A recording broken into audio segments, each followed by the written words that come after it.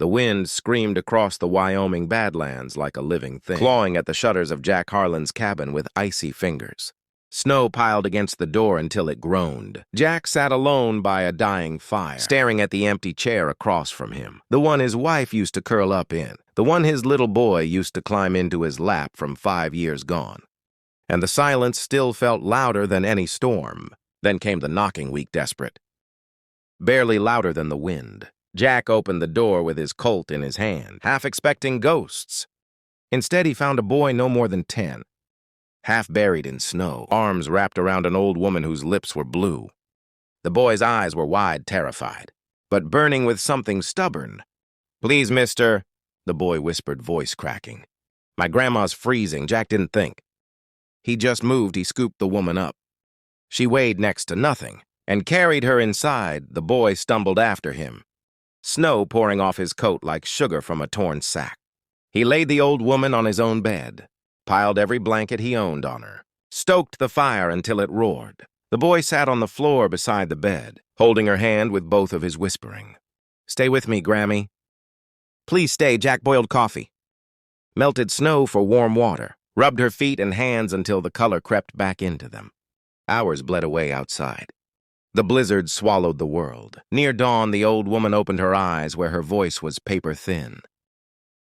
"You're safe," Jack said gruffly. "Storms got the roads closed for days. You're staying here till it passes." She looked at him for a long moment, something gentle and searching in her gaze. "Thank you," she said, and meant it in a way that made Jack's throat tight. The boy finally let go of her hand and curled up on the rug, like a worn-out pup asleep in seconds. Her name was Eleanor Whitlock. The boy was her grandson, Timmy. Their wagon had lost a wheel 10 miles back. The horse bolted, and they'd walked until their legs gave out. She didn't say much more than that, and Jack didn't ask. He'd learned long ago that people carry their sorrows in silence. Out here, days turned into a week. The storm refused to quit, and something strange happened.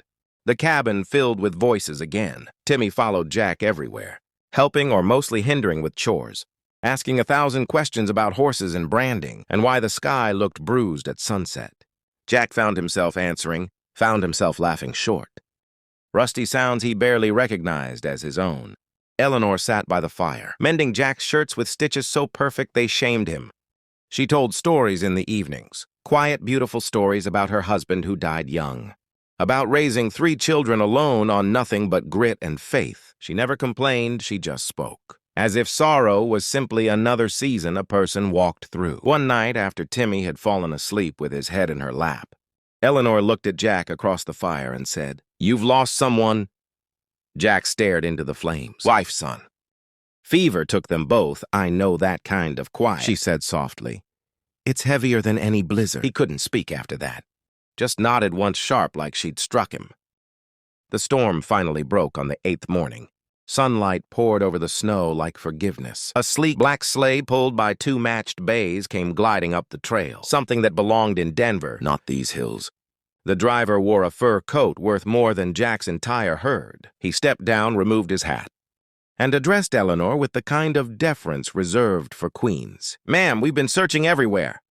The whole territory's been in an uproar." Eleanor smiled wearily. "Tell them I'm quite well. Thanks to Mr. Harlan." The driver turned to Jack, eyes widening as if seeing him for the first time.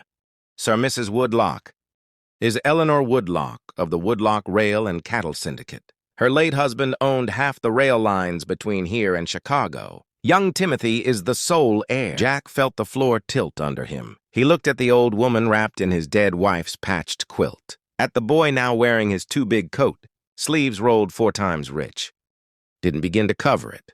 They owned more money than God in half the land he walked on, and they had spent a week eating his thin venison stew, sleeping on his lumpy mattress, calling him Mr. Jack like he was somebody worth respecting.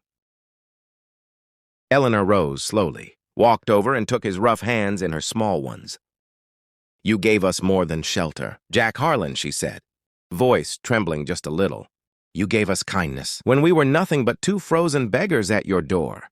You gave a scared boy back his grandmother, and you gave a lonely man back his laughter. There isn't enough money in the world to buy that." Jack tried to speak, couldn't. She pressed something into his palm, an envelope thick with paper. That's the deed to the 1,000 acres west of yours. The best water on this side of the Rockies. It's yours now, and if you ever need anything at all, you come to us. Your family. Now Timmy ran to him, then slammed into his legs. Hugged him so hard, Jack had to drop to one knee. You're my best friend, Mr. Jack. The boy said fiercely, I'm coming back every summer. You promised to teach me how to rope. Jack's eyes burned. He ruffled the boy's hair, pulled him close, breathed in the scent of wood, smoke, and little boy warm, and felt something inside him. Something that had frozen solid years ago. Finally crack open, he stood there. Long after the sleigh disappeared into the white distance, holding the envelope, staring at the horizon where the snow met the sky. He had opened his door to strangers, and they had given him back his life. Years later, folks in the territory told the story. How the loneliest cowboy in Wyoming took in a half-frozen boy and his grandma during the worst blizzard in 50 years, never knowing they were the richest family west of the Mississippi. But Jack knew the real truth. The riches hadn't come in the deed they gave him, or the new herd, or the railroad shares that followed. The riches came. The night a little boy laughed at his terrible and an old woman pancake. looked at him like he was still worth saving. Kindness, Jack learned, is the only currency that multiplies when you give it away. And some debts can never be repaid, only paid forward one open door at a time.